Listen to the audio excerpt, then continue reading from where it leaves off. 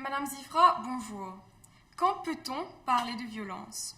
Alors la violence prend plusieurs formes.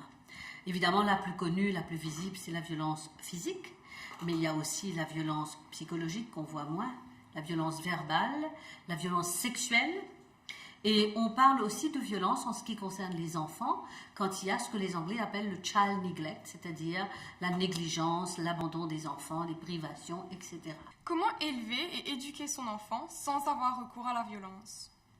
Alors, question très importante, parce que beaucoup de parents et beaucoup d'enseignants aussi pensent que si un enfant est indiscipliné, fait des bêtises, il suffit de le corriger et surtout physiquement. Bien sûr, nous, à notre bureau, on est totalement contre tout ce qu'on appelle châtiment corporel et même humiliation. On essaye d'expliquer aux parents, et c'est très important, on essaye de leur montrer que frapper un enfant, que ce soit même pas très fort, même si ça ne fait pas une blessure physique et ça ne laisse pas de traces, ça laissera toujours une trace psychologique. L'enfant, d'abord, c'est contre-productif parce que l'enfant ne va pas forcément, parce que vous avez tapé sur lui, faire comme il faut. Peut-être qu'il va le faire tout de suite, mais derrière votre dos, il va peut-être recommencer et peut-être même se révolter et faire plus. Il y a aujourd'hui toute une série de méthodes, bien évidemment, le premier étant le dialogue et donner le bon exemple. Parce que ça ne sert à rien de taper sur un enfant qui fait des bêtises si soi-même, en tant que parent, on fait plein de choses inacceptables devant l'enfant.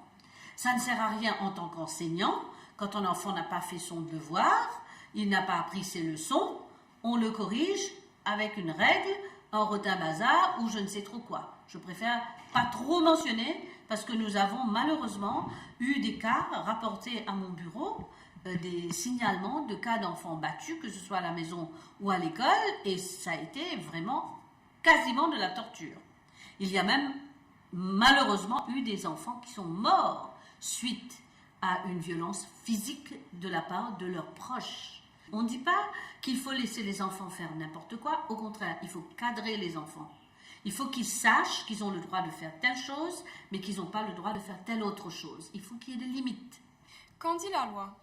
La loi est claire. Pour l'école, il y a une loi qui dit clairement qu'on ne peut pas utiliser le châtiment corporel contre n'importe quel enfant dans n'importe quelle école. Et régulièrement, le ministère fait savoir aux écoles qu'on n'a pas le droit de le faire. En ce qui concerne la vie normale de tous les jours, il y a le code pénal qui prévoit qu'on n'a pas le droit de taper sur qui que ce soit. Et aujourd'hui, il y a eu un amendement qui concerne précisément les enfants. Donc même les parents n'ont pas le droit de taper sur leurs enfants, mais ils oublient. Ils pensent que ça c'est bon pour les étrangers, mais qu'eux ils ont le droit.